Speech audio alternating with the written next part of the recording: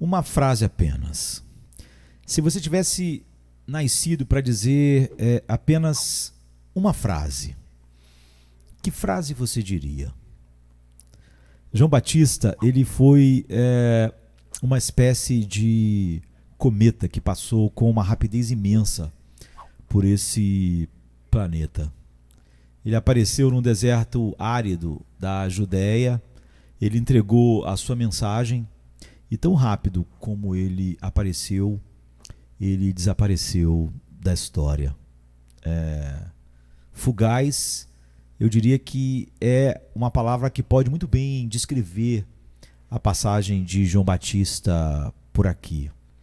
Ele foi escolhido para vir ao mundo, para vir a esse mundo e dizer uma frase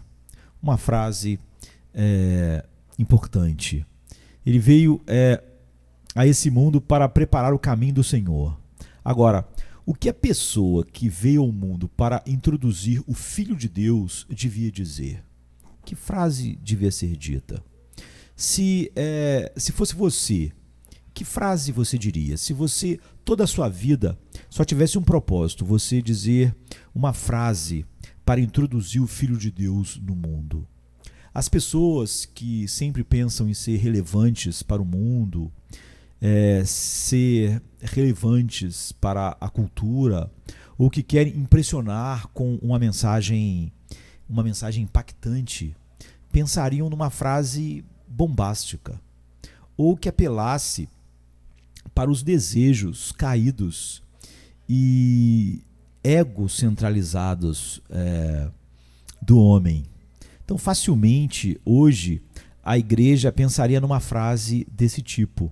Nós podemos imaginar várias igrejas imaginando uma frase que seria: eis o homem que pode ressuscitar os mortos.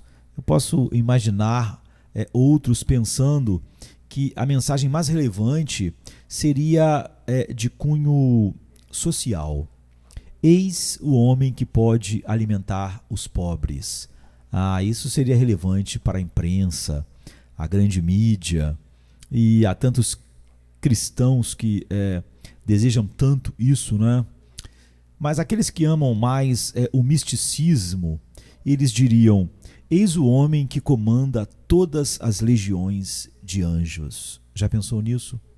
Um anjo apenas, certa vez, desceu sobre o acampamento de Senaqueribe, o soberano dos assírios, e numa manhã, na manhã daquele dia, ele desceu durante a madrugada, não é? E na manhã daquele dia, 185 mil soldados valentes amanheceram mortos. 2 Reis 19, 35. Imagine o poder de um único anjo, não é? Ele desceu e de manhã 185 mil soldados de guerra, homens preparados para a guerra, estavam mortos. Então, imagine um homem, não é? Como seria relevante falar, introduzir assim. Imagine um homem que comanda todos os anjos. Se um anjo pode fazer isso, essas pessoas gostariam de dizer, não é? Eis o homem que comanda todos os anjos. Então, certamente, a grande maioria dos líderes de hoje da igreja diriam: eis aqui um homem que pode curar os enfermos. Isso sim é frase importante para ser dita, né? Porque todos querem ser curados. Então essa introdução certamente atrairia mais pessoas. Ou então diriam: eis aqui um homem que pode acalmar as tempestades.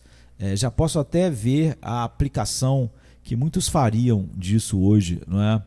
Tem uma tempestade em sua vida? Venha, não é?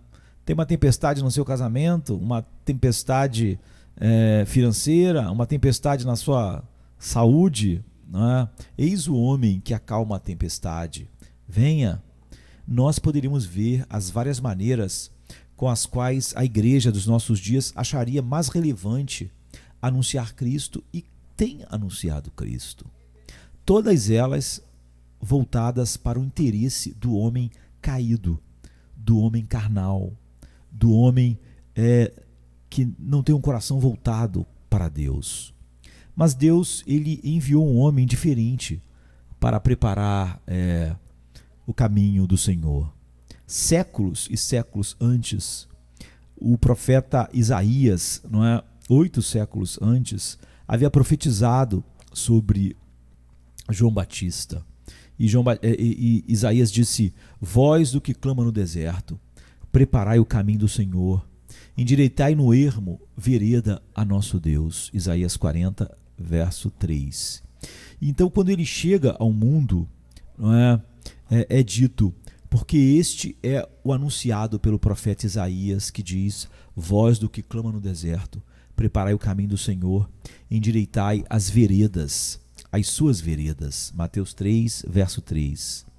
De João Batista, o próprio Jesus Cristo disse: e eu vos digo que entre os nascidos de mulheres não há maior profeta do que João Batista. Em Lucas 7, 28. Então Deus enviou João Batista ao mundo e ele veio introduzir seu filho neste mundo. Ele foi enviado para dizer esta frase introdutória: eis o Cordeiro de Deus que tira o pecado do mundo. A tragédia é que a igreja hoje discorda de Deus. O que Deus está dizendo com isso? Ele está dizendo: qual é o problema com este mundo? Porque o meu filho amado se esvaziou da sua glória e desceu. O problema não é a sua pobreza, ou sua doença, ou o seu sofrimento, ou os seus casamentos, ou sua morte, ou sua cegueira, ou sua falta de dinheiro, ou milhares de outras coisas que vocês possam pensar ser realmente relevantes. Sim, o problema é o pecado. A mensagem que os experts da hora na igreja, junto com psicólogos, sociólogos, riem e clamam: não, a questão é centrada no homem, na sociedade, no social. A mensagem que os experts da igreja, junto com o humanismo secular, riem é essa. Os velhos pregadores que nada entendiam, como João Batista, é o que nós pensamos. Nem sei porque Deus mandou um homem tão sem tato, sem propostas relevantes culturais, como as nossas, para ser um homem que prepararia o caminho de Cristo no mundo. Querido, não há esperança alguma para lidar com o monstro que devora a humanidade, que é tão bem descrito na Bíblia, a não ser voltando para a própria Bíblia. Seus velhos pregadores, entre aspas, profetas, apóstolos, os reformadores, puritanos, eles pregavam a depravação total de todos os homens que nascem neste mundo. Essa não é a doutrina de que o homem é tão vil e mau como ele pode ser, mas é a doutrina que ensina que o pecado entrou e dominou todas as faculdades e todas as emoções de nossa natureza caída. Não é uma verdade apenas sobre a parte marginal da sociedade. É uma verdade sobre cada bebê que está nascendo hoje. Quando a igreja perde isso, ela se torna completamente irrelevante para o mundo em todos os seus discursos. Deus trata não com as espinhas da superfície que o mundo acha que o está enfeiando, não é? Como um adolescente acha que uma espinha está enfeiando o seu rosto, mas com a corrente sanguínea no coração é que Deus trata. Então tome a arma de um assassino e ele continua assassino, porque o assassino está em seu coração. Tire o filme pornográfico da mão de um homem e ele continua imoral, porque ele é no seu coração. Isso se aplica a tudo na vida do homem. É o que Deus diz firmemente e claramente. O nosso problema não está lá fora, em algum lugar, não está na sociedade, não está em nossos pais, em nossos lares disfuncionais. Nosso problema está dentro. É por isso que aquele que introduz o Filho de Deus no mundo, diz: eis o Cordeiro de Deus que tira o pecado do mundo. Que pena, não é?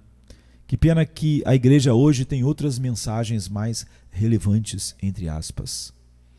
Que trágico, quando nossa mensagem não é mais o que flui do coração do Deus eterno. A Bíblia diz assim: no dia seguinte, João viu a Jesus que vinha para ele e disse: Eis o Cordeiro de Deus que tira o pecado do mundo. João 1, 29.